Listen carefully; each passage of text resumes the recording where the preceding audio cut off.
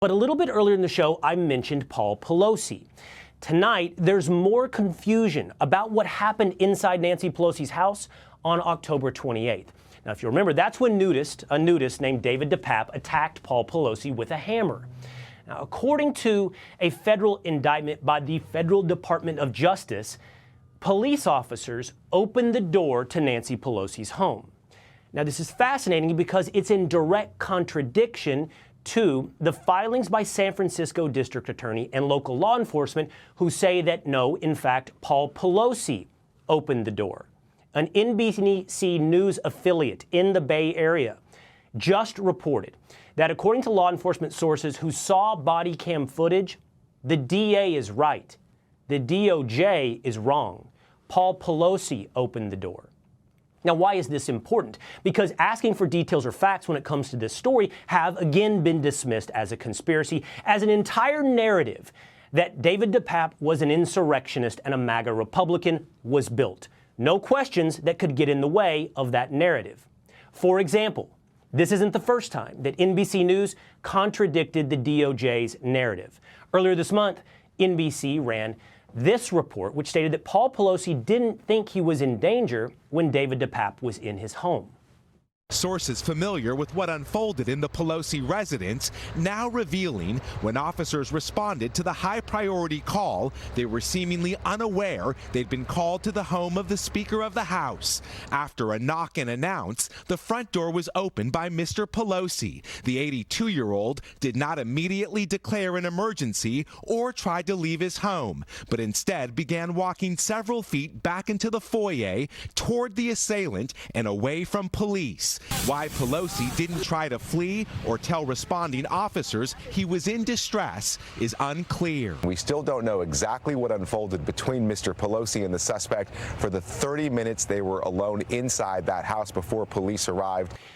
Now, that report by NBC News that seems to at least be in part supported by the new investigative report from an NBC affiliate in the Bay Area was totally scrubbed from its website. They also suspended that reporter, Miguel Almaguer. He has not been heard from, no tweets, no appearances on television, for almost 2 weeks. NBC claims that Almaguer violated their standards. What standards were those? See, no NBC reporters were ever suspended for the lies that they told in helping the Democratic Party. Watch. Right-wing media has been focused on Hunter Biden, this laptop that intelligence officials have warned is likely Russian disinformation. The story is preposterous, right? The story is preposterous. So we're supposed to believe that Hunter Biden, in a drunken stupor, dropped off his laptop in, I guess, apparently QAnon repair office. It is so obviously a Russian operation. This looks like Russian intelligence. This walks like Russian intelligence. This talks like Russian intelligence. This effort by Rudy Giuliani and the New York Post and Steve Bannon to cook up supposed dirt on Joe Biden looks like a classic Russian playbook disinformation campaign. That, all of those lies, all of that misinformation was apparently up to NBC standards. This report that we now know or suggest is true below NBC standards. You can see him on the screen. He's Buck Sexton. He's the host of the Clay Travis and Buck Sexton Show, and he joins us now. Buck's also a former CIA officer. Buck, help me make sense of this. What's going on?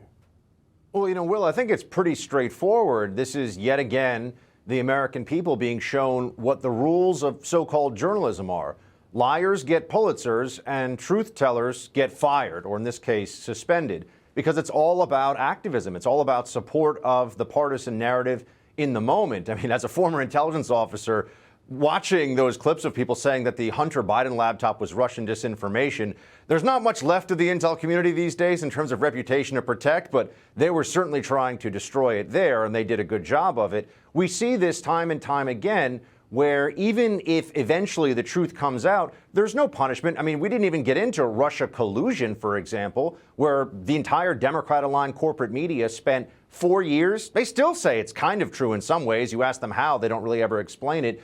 But, Will, they understand that these are actually the rules. This is what we are dealing with. This is not a bug. This is a feature. This is the desire of the Democrats to use the biggest media outlets they possibly can to tell the most important lies, the biggest lies, or even just suppress the truth in moments of peril for their power. And we saw that with the Hunter Biden laptop. And with the Nancy Pelosi story, I would just point out, Paul Pelosi's story, the security situation alone is worthy of a serious deep dive. How is it that this guy, if he was invited in or wasn't invited in, was able to attack Nancy Pelosi's husband, the police response?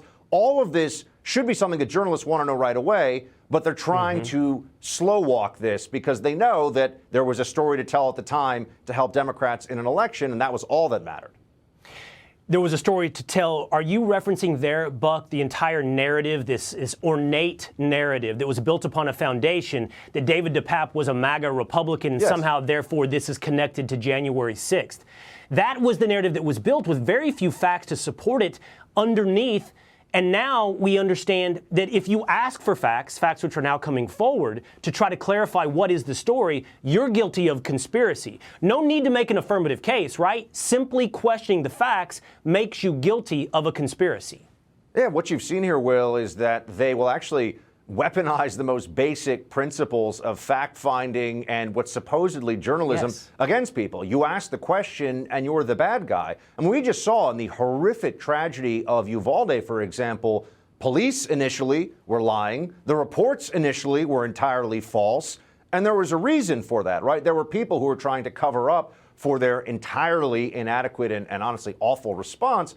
So in this instance, you just want to say, well, why can't we know the truth? If it's so straightforward, if it's such an obvious story, why are there two law enforcement agencies that have different facts? Right. That's just a reality. They can say that it's QAnon or conspiracy or lunacy, but how about just the truth? But, Will, we all know they didn't want that before the election, and they're not going to want it on this issue for a long time. Someone's going to need to get that body cam footage, the local DA, and that local affiliate in San Francisco on the same page because their facts are getting in the way of the previously built narrative. Buck, always great to talk to you. Thanks for being with me tonight. Thanks, my friend.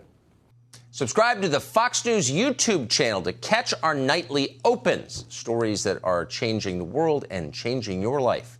From Tucker Carlson Tonight.